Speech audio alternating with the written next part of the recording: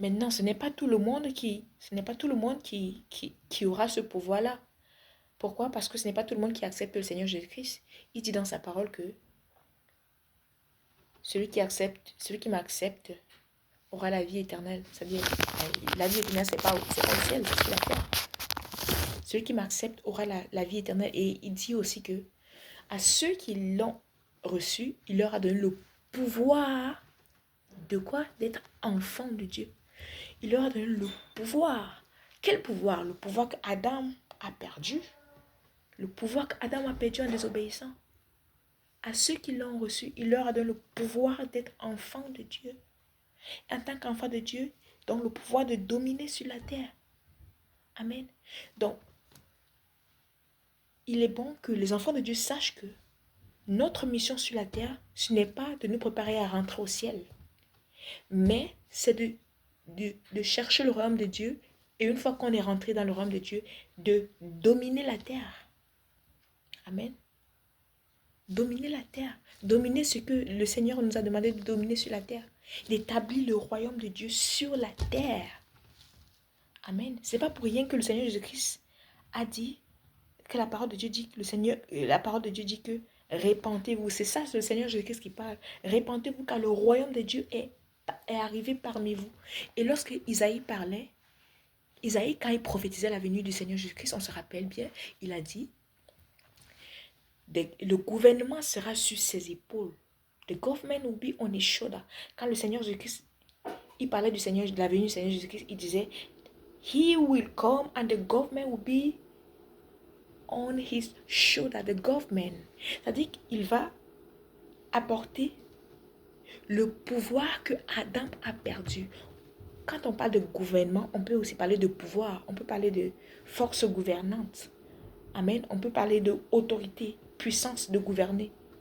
Donc, quand le Père a envoyé le Seigneur Jésus sur la terre, il lui a donné ce pouvoir-là qu'Adam a perdu pour que toute personne qui l'acceptera puisse regagner ce pouvoir et vivre effectivement sur la terre.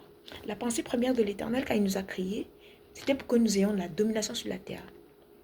Et la domination, ce n'était pas une domination à part, une domination séparée de lui. Amen.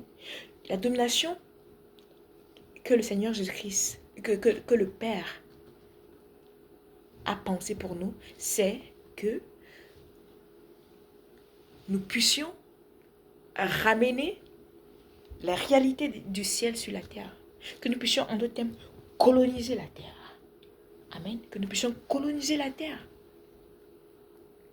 Ce n'est pas pour rien qu'il dit dans sa parole, quand ses disciples lui ont posé la question, quand est-ce que la fin viendra, il a répondu et par la suite il a dit, quand cet évangile du royaume des cieux sera prêché partout dans le monde entier, ensuite viendra la fin.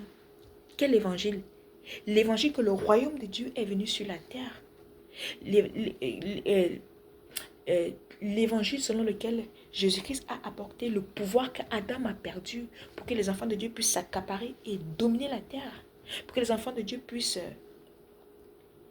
dominer tous les éléments que le Seigneur a assujettis à nous. Mais à l'image de ce qui se passe au ciel. Pour que nous puissions faire une réplique du ciel sur la terre. Il ne nous a pas envoyés sur la terre pour que nous puissions se préparer à rentrer au ciel. Il n'y a pas de place pour nous au ciel, voyons. Il n'y a pas de place pour nous là-bas. La terre appartient à l'être humain. Il y a pas, deux rois ne peuvent pas vivre au même endroit. Amen. Rentrons dans la parole de Dieu. Cherchons ce que le Seigneur dit. Il dit bien qu'il ne laissera jamais le trône de David. À tout jamais, il ne laissera jamais, d'éternité en éternité, il ne laissera jamais le trône de David sur la terre. Le trône de David était sur la terre. Il ne laissera jamais le trône de David vide.